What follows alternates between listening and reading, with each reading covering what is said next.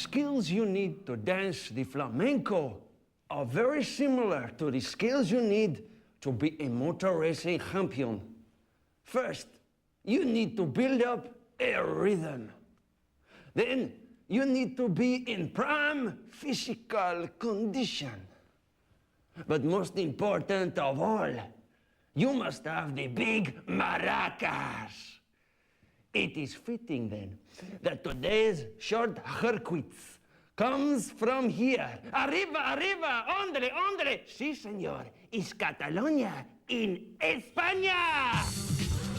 In each edition of Short Circuits, we create a scale model tribute to a celebrated racetrack and invite 6 dedicated slot racers to go head-to-head for a place in the series grand final.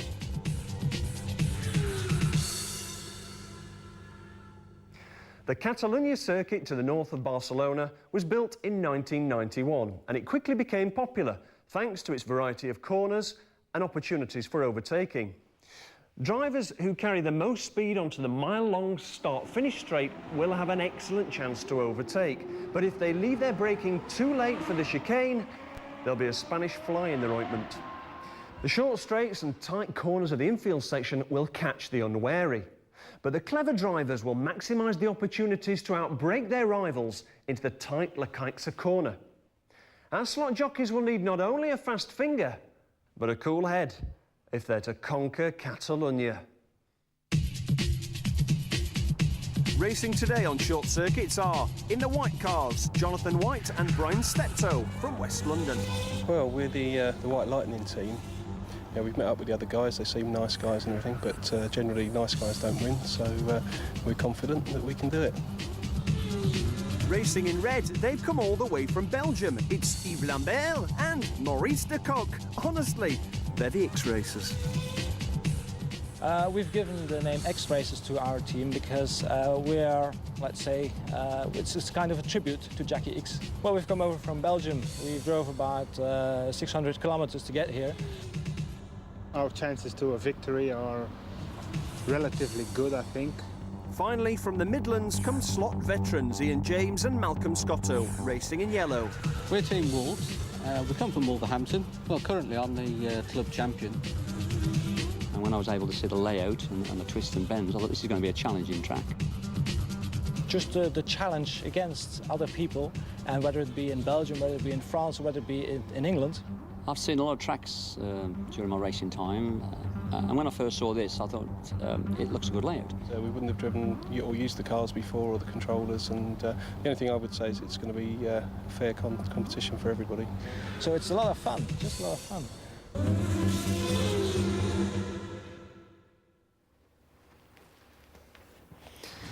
You know, John really is a very clever bloke. When you actually get down here and enter the miniature world he's created, it's very, very impressive. Which makes it all the more galling that what he's about to show us really is the pits. During any race, the cars are going to need to stop at the pit stops and take on fuel or perhaps change their tyres, but not on this occasion because all we've got is an open space. We need to fill this with a number of items. At the moment, all I've done is painted the wood black, and this simulates the roadway onto which we would fit a number of buildings, vehicles and figures. Some of the buildings that are available nowadays come as cardboard kits. These can be pressed out and are pre-coloured and are easy to assemble. A finished version would look something like this. This is already printed onto coloured card and shows all the banners and the detail of the brickwork, and on the top there we've got a nice checkered pattern. An alternative to this type of building would be something that's made in resin. Larger, more to scale, but this does require painting.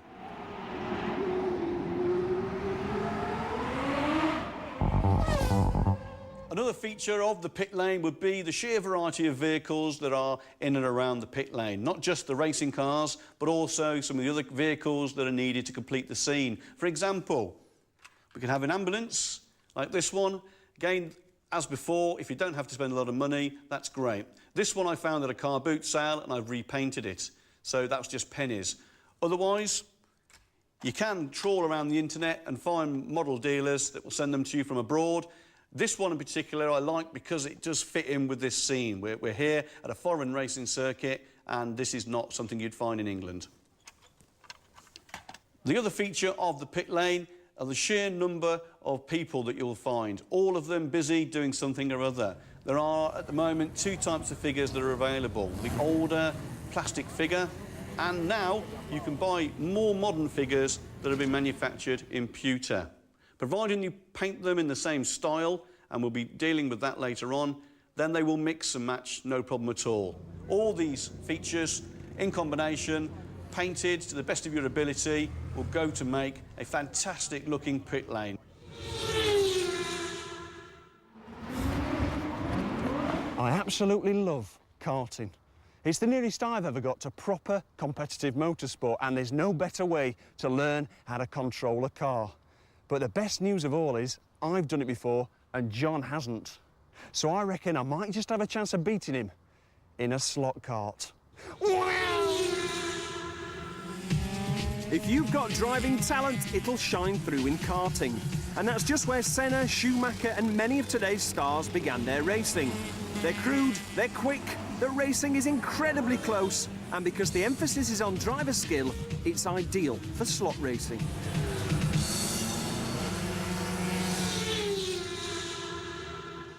So, John, it's time for a race. Now, last week, I don't know how you did it, but you beat me. Oh, look at the, you know. Now, look me in the eye and tell me you weren't cheating. Definitely wasn't cheating. Yeah? Honestly. Promise? Yeah, checks in the post and I love you.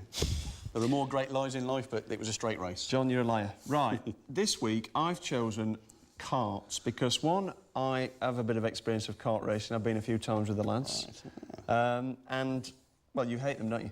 I'm not keen, I must admit, but I'll race anything. You know, a challenge is a challenge. Yeah, well, of course, if this was real-life karting, you'd be at a significant disadvantage, wouldn't you? Well, not necessarily, because it's even weight distribution, you see. No, John, you're huge. And the power-to-weight ratio of yours would be all to cock. Now, John, these are a little bit more sophisticated than the type that you would have paid 30 quid to have a go in.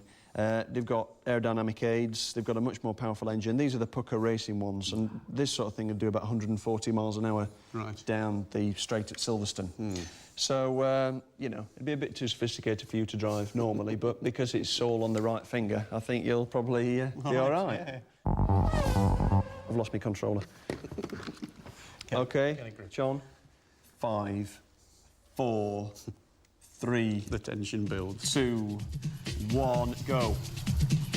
Good start, you're off. Oh, that'll be you that's crashed then. Come on, get me back on the track, woman. Oh, there we go again. I'm sure there's a bit of the track's like got a seam up and I'm tripping over it every time I go through. You sure you're not cheating? Absolutely not, mate. Oh, I should have brought my handkerchief, really, for the tears. I'm going to beat you on pace. In race positions, perhaps we are a little bit out of it, but I'm going to... Get me back in the slots! It's tragic. This is ridiculous. I mean, how can I work with this kind of... I'll tell you what. All right, come on, you're on the same straight as me now. You were quite good earlier. What happens? Is it the pressure of the race? There you go, look. John, you're just daunted by I can't race when you're talking to me, can I? It's been distracting me. Yeah, this is it. I'm going to get you. I'm going to get you. Can you feel it now? You're going down, Sword. You're going down. You know, one week you will give me some like tips and things, won't you, on how to drive? Oh, definitely. This week, could you give me some tips on how to drive? This is... John, I'm embarrassed. I know I'm bad, but I'm not that bad. To be honest, the people I feel sorry for the most are the camera team here, because they're here literally hours just to film one lap being completed by you, and these guys are tired, you know, they've got families, they've got commitments. I'm not here for me racing, am I? So the best thing to do is... You're the vaguely able to speak artisan. I'm the gay cavalier. Slots. Hey, tell you what, looking for a close finish, mate. Look at this. Teasing and tormenting. Oh! Hey. Meanwhile, a gentleman racer has stopped. Give John, you a chance. You broke my rhythm. You broke my rhythm there. Oh, I'd hate to think of you rhythm. It was close, but you were second. I won! You were second. You won, yeah. How many? Honestly, I can't stand it no more. The emotions, I'm welling up. It's just... I don't believe it, because I thought I was doing really badly. Yeah, but I won. Yeah, you were fantastic. Yes! Hey, slot hero. I didn't seem to complete a whole lap without going off, but somehow I won! Well, John will get another chance to try and beat me next time. But our racers only get one chance to try and win through to the short circuit semi-final. Join us in part 2 for the big one. Even bigger than you, this one, John. Hey. Come on, you big fella, get on that track and let me whip your butt one more time.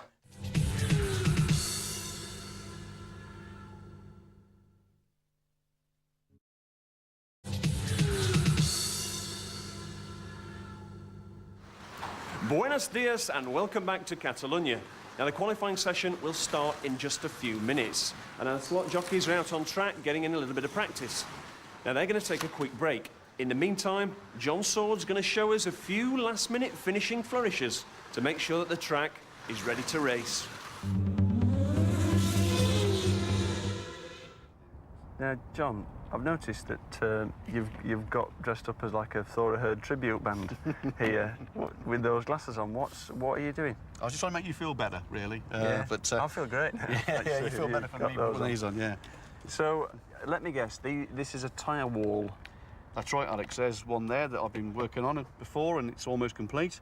Just a case now of another 2,000 to go, and we'll be halfway around the circuit. Can I have a go? Of course you can. So what are you using? You common old garden household sweets? Basically, yeah, those minty flavoured sweets, shaped in a tyre fashion. What sort of size tyre would this be to scale, would you say? Probably 170, 75, something like that.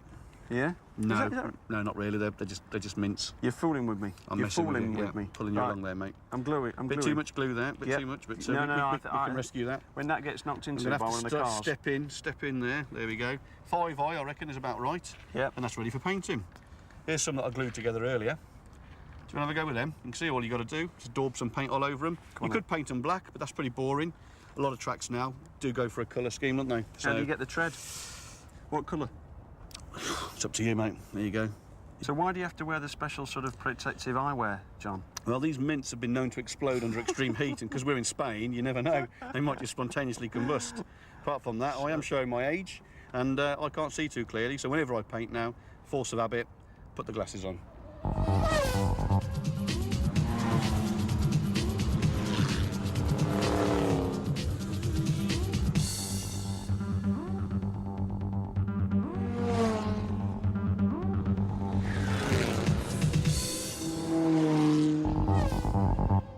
What is the slot car collecting scene like, John? It's massive, Alex, to be honest. At the moment, it's going nuts all over the country and abroad now with the advent of the internet, eBay in particular.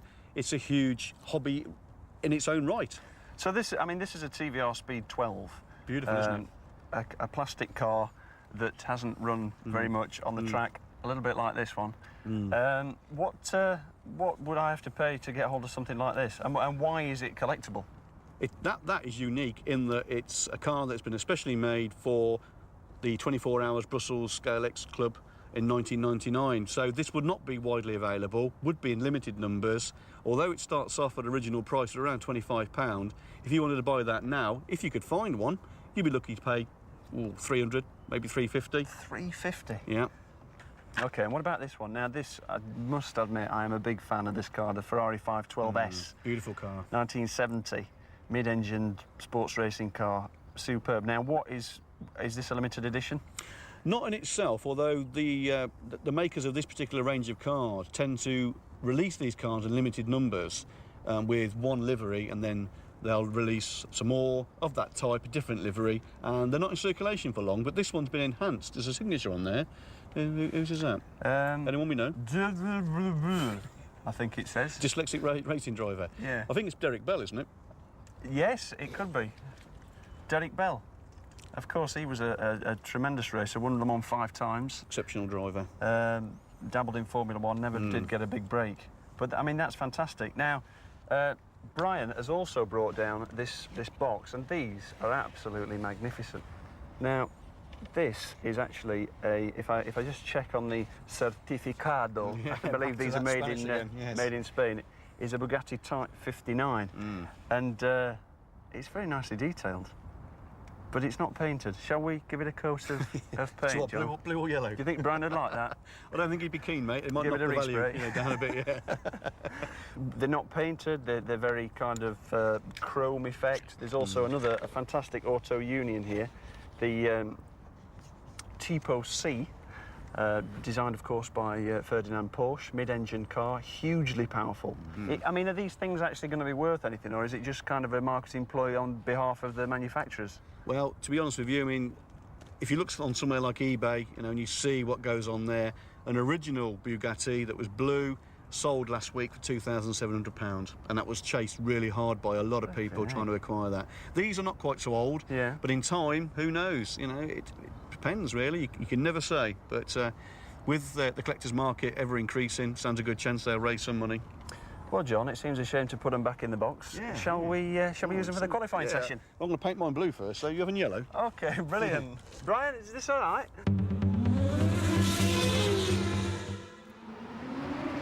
In qualifying, the drivers race in each lane in turn and are awarded points according to where they finish. At the end of the session, they get to choose their lane for the knockout race, based on their position in the rankings.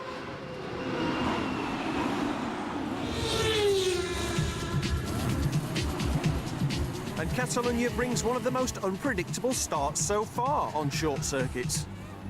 Excellent first qualifying race. Now, the Belgian lads, the X-racers, seemed to go off to a real flyer, but they were off within about 2 laps.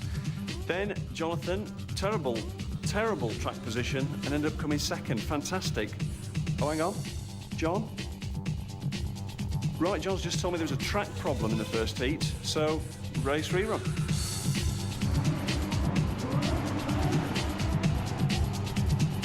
Great performance there from the White Lightning boys, a 1-2 from very unfancied lanes. Well, what happened to Team Wolves? They'd done so well in the previous heat. Threw it all away on that one. Jeez.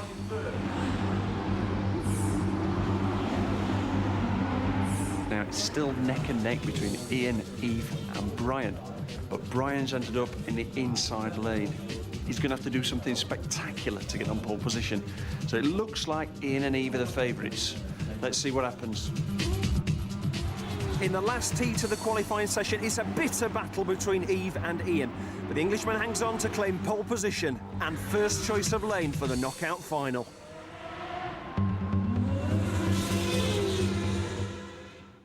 So, John, qualifying, absolutely razor-edged battle right to the end, and Ian managed to make it onto pole. Where are we going to see the action in the race? Pretty much as you predicted earlier. I think it'll be these tight sections here, sharp left and right curves, and also the infield sections where we've got a lot of chicanes. Now, I've noticed that a couple of them have been having some problems with the fast sweeping right-hander that comes onto the start-finish straight. It's not as easy as it looks. No, they're basically getting it wrong because they're out of the difficult section. They think they're coming onto the fast section of the track, but before that, what looks like one complete curve is in fact 3. There's 1, 2, 3 with a straight in between. I noticed some people getting very sideways coming out, especially on the inside lane on that corner. Very sideways, not the fastest way to go around. No, any time that you spend in a skid is lost time, basically. If you can keep it stable, keep it on the track, you're going to get a good lap time. OK, well, it looks like we're going to have a very exciting race, but it's going to be tight.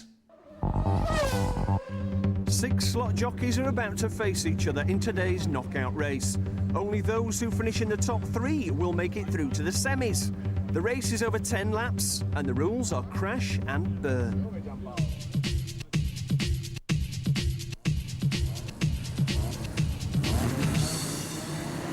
And it's yellow, white and red. That's Ian, Jonathan and Eve. Oh, Malcolm, what's happened to Malcolm? Stuck on the line. Tragedy for Malcolm in the yellow car there. And look, they're driving right past him. That's oh, he's underway. He's got underway. Hopefully he can do something about it. Now, Ian in the yellow car is starting to pull out something of a lead. And behind we've got red car, that's Eve, and white car, Jonathan. And there's a Maurice de Kock, very sideways there through the inside lane. Oh, I hope he can keep it in the slots with that kind of driving. And yes, it's a battle now between the second and third places of the red car, which is Eve, and the white car of Jonathan. And Maurice de Kock has crowed. Oh, and Brian in the white car as well. Mayhem. 4 cars only on the track, I'm afraid. 3 out of these guys is going to go to the semis. Ian now in the yellow car pulling ahead quite significantly there. But what a ding-dong battle between Yves and Jonathan. That's Jonathan in the top right-hand corner. Concentration etched onto his face. And he's making a bid for glory. He's putting Ian under a lot of pressure. And Ian responds in style, pulling ahead. How much speed has Ian got in his pocket? Look at that yellow car, spearing off into the distance. And there's nothing that Jonathan can do about it. And in fact, Yves is putting him under pressure. Oh, Malcolm lapped by his teammate. How about that? What a shame, the Wolf guys. But he could be in with a chance of the semis if he keeps the car on and one of the others has a problem. So not all over for Malcolm. But hang on a minute. Yves is now in second place. What's happened to Jonathan? Jonathan's had a problem out on the track, and the red car of Yves is now in second place. Jonathan not looking particularly happy with that, but he should console himself with the knowledge that if it stays like this, he's still going through to the semi-final. And as Yves just takes the last lap there, it's very much Ian from Yves from Belgium. And yes, there it is, Ian, Yves, Jonathan. They're the 3 that we'll see in the semis. What a performance from the yellow-capped Midlander. As the hot Spanish sun beats down on this little-known corner of the Catalunya track near Barcelona, just time to reflect on a fantastic race. John, what about Ian? Pillar-to-post victory. Superb drive, very, very brave drive, led from the start. They had to catch him, didn't they? And they didn't. Yves put him under a lot of pressure, though. He did. He ran a very good race, some key moments in the race there where you could see them battling hard, but he couldn't live with that speed, that pace that Ian set. And a good solid run by Jonathan there, keeping in third for most of the race and winning a place in the semi-final. But what about Malcolm? I thought he was going to do it in the end. Oh, I'm not so sure there. I think he was a sly old fox, Malcolm. Been racing a long time. I think his tactic was to stay on, follow them, watch them fall off. Oh, I'm convinced. Well, a bit of controversy there from Mr. John Sword at the end of the race, but over to you guys. Well done. Congratulations, Ian. Thank you.